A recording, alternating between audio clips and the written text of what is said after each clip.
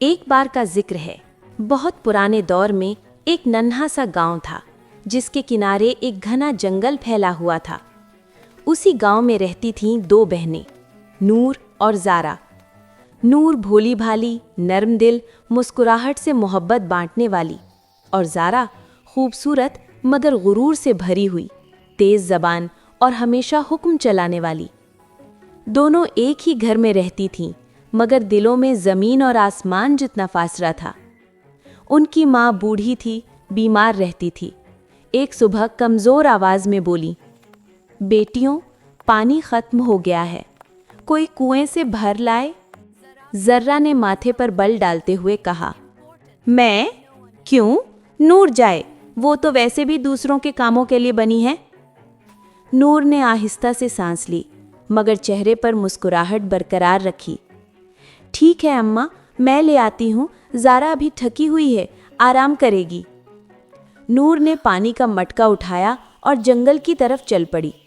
रास्ता लंबा था, मगर नूर के कदम हल्के थे। पेड़ों की टहनियों से धूप छन छन कर ज़मीन पर पड़ रही थी, जैसे सुनहरी धागे बुन रही हो। परिंदे चहचहा रहे थे और कहीं दूर से बहते पानी की मध्यम आवाज़ आ रही थी। अचानक नूर रुक गई। झाड़ियों के पीछे से एक कमज़ोर, कांपती हुई आवाज़ उभरी, बेटी, ज़रा मेरी मदद कर दो। नूर ने झुककर देखा। एक बूढ़ी औरत ज़मीन पर गिरी हुई थी, बाल बिखरे हुए, हाथ कांप रहे, सांस फूल रही थी। नूर तेज़ी से उसके पास पहुंची। अम्मी जान, क्या हुआ? आप ठीक हैं? बूढ़ी औरत ने कपकपाती आवाज़ में कहा, मुझे पानी दे दो बेटी। नूर ने एक लम्हा भी न सोचा, मटका उसके लबों तक ले गई। बूढ़ी औरत ने चंद घूंट पिए और फिर नूर की आंखें हैरत से फैल गईं। औरत के गिर्द रोशनी का दायरा बनने लगा, बालों में चमक आ गई, झुर्रियां मिट गईं और वो एकदम हसीन परी में बदल गई। नूर पीछे हट गई, दिल जोर से धड़कने लगा। परी मुस्कुराई, उसकी आवाज़ हवा की तरह नर्म थी। ए नेकी करने वाली लड़की, तुमने मेरा इम्तिहान पास कर लिया है, इसलिए मैं तुम्हें एक अनमोल तोहफा देती हूँ। नूर की सांस रुक गई। परी ने हाथ उठाया, हवा में चमक भर गई। आज से जब भी तुम बोलोगी, तुम्हारी ज़बान से सितारे, रोशनी और चमकते हुए हीरों की बरसात होगी, ऐसी बरसात जो दूसरों के दिल बदल देगी। नूर की आंखें नम हो गईं, मगर दिल में खौफ भी आया। परी ने आखिरी जुमला आहिस्ता से कहा, ऐसा जुमला जिसने आने वाले वाक़यात की बुनियाद रख दी। और याद रखो, तुम्हारी बहन भी मेरे सामने आएगी, मगर उसे नेमत नहीं, अंजाम मिलेगा। परी गायब हो गई और यूं कहानी की असल शुरुआत हुई। परी के गायब होने के बाद नूर कुछ देर वहीं खड़ी रह गई। दिल तेजी से धड़क रहा था, हाथ कांप रहे थे और सांस जैसे रुक रुक कर आ रहा था। आखिर ये मेरे साथ हुआ क्या है? नूर ने धीरे से सोचा, मगर वक्त कम था। शाम होने लगी थी और घर वापसी ज़रूरी थी। वो जल्दी से कुएं के पास गई, नया पानी भरा और घर की सिमत चल पड़ी। रास्ते में हवा बदल गई थी, जैसे हर दरख्त, हर पत्ता नूर को देखकर मुस्कुरा रहा हो। लेकिन नूर के दिल में खुशी के साथ एक धड़का भी था। अगर ज़ारा को ये सब पता चला तो क्या होगा? घर पहुंचते ही ज़ारा हाथ बांधे खड़ी थी। वाह, आखिरकार मलिका आलिया तशरीफ़ ले आईं, इतनी देर लगा दी। नूर ने जैसे ही बोलने के लिए मुंह खोला, ज़ारा, वो मैं।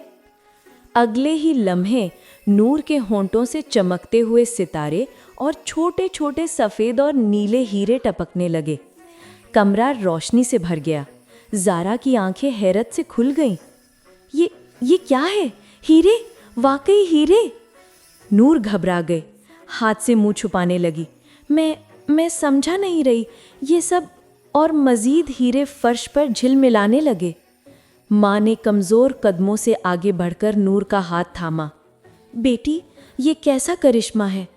नूर रो पड़ी, اماں، میں نے جنگل میں ایک بوڑھی عورت کی مدد کی، وہ پری تھی، اس نے یہ جادو دیا ہے مجھے۔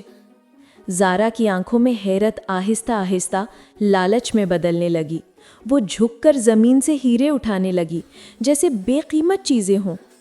تو صرف ایک کام کرنے سے اتنے ہیرے؟ میں تو بھی مجھے جا رہی فوراً ہوں، جنگل جانا چاہیے۔ مجھے اس سے اس نے زیادہ نور ملے کا گا۔ ہاتھ جھٹک دیا۔ نور نے جلدی سے کہا، زارا رک جاؤ، وہ پری بہت نرمی سے مگر بہت سوچ کر فیصلہ کرتی ہے، مجھے ڈر ہے۔ چپ رہو، زارا غرور سے بولی، جو تمہیں ملا ہے وہ مجھے بھی ملے گا، بلکہ اس سے زیادہ۔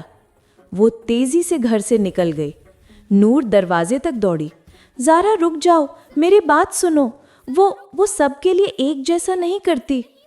لیکن زارا غصے، حسد اور بے صبری میں جنگل کی طرف بھاگ گئی۔ نور کی آواز ہوا میں بکھر گئی، اور یوں ایک نئی مصیبت زارا کی طرف بڑھ رہی تھی جس کا اسے خود بھی علم نہیں تھا۔ جنگل کی طرف بڑھتی ہوئی زارا کے قدم غصے اور لالچ سے بھاری تھے۔ درختوں کے سائے لمبے ہو رہے تھے، ہوا ٹھنڈی ہوتی جا رہی تھی، اور راستہ نور کے مقابلے میں کہیں زیادہ خاموش، کہیں زیادہ خوفناک تھا۔ اگر نور کو اتنے سی نیکی پر ہیرے مل سکتے ہیں تو مجھے تو پھر اس سے بھی بڑا انعام ملنا چاہیے، زارا نے غرور سے سوچا۔ وہ جنگل کے بیچوں بیچ پہنچی ہی تھی کہ اچانک جھاڑیوں کے پیچھے سے وہی کمزور سی آواز ابھری، بیٹی کوئی ہے کیا کوئی میری مدد کرے گا؟ یہ وہی آواز تھی، مگر زارا کے چہرے پر رحم کی جگہ ایک مصنوعی بناوٹی مسکراہٹ ابھری۔ اس نے آنکھیں گھمائیں اور سوچا، تو یہ ہے وہ بوڑھی جس نے نور کو انعام دیا تھا، اب بس مجھے صحیح طرح اداکاری کرنی ہے۔ زارا آگے بڑھی، مگر اس کی آواز میں نرمی نہیں، ایک منافقت تھی۔ ارے بوا جی، آپ ممکن ہے گر گئی ہیں، آئیے میں آپ کی مدد کرتی ہوں۔ بوڑھی عورت زمین پر بیٹھی کانپ رہی تھی، وہی جھکا ہوا جسم، وہی کمزور ہاتھ، مگر اس کی آنکھوں میں اس بار نرمی نہیں تھی۔ بیٹی مجھے پانی دے دو، اس نے وہی جملہ دہرایا۔ زارا نے تڑک کر کہا، اوہ ٹھیک ہے، یہ لو، جلدی کرو، میرے پاس وقت نہیں ہے۔ وہ جھک کر پانی تھماتے ہوئے بڑبڑائی، بس مجھے میرا انعام دے دو، پھر میں جاؤں، نور کی طرح فضول وقت نہیں ہے میرے پاس۔ بوڑھی عورت نے پانی لیا، آہستہ سے پیاس بجھائی، اور پھر اس کے گرد روشنی کا دائرہ پھیلنے لگا۔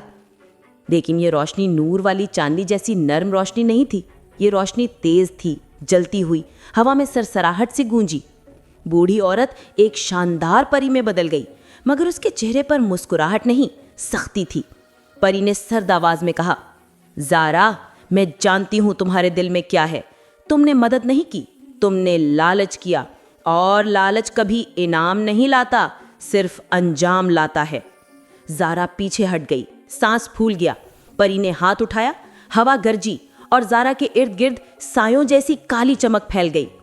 اب جب بھی تم بولو گی، تمہارے منہ سے ہیرے نہیں، کانٹے، کیڑے اور خوفناک آوازیں نکلیں گی جو تمہاری اپنی نیت کی طرح کڑوی ہوں گی۔ زہرا چیخ اٹھی، اور اسی چیخ کے ساتھ اس کے ہونٹوں سے پہلی بار کالی دھول، کانٹے اور بھن بھناتی ہوئی مکھیوں کا غول نکلنے لگا۔ کہانی یہاں ختم نہیں ہوئی، بلکہ یہی وہ لمحہ تھا جس سے دونوں بہنوں کی زندگیاں ہمیشہ کے لیے بدل گئیں۔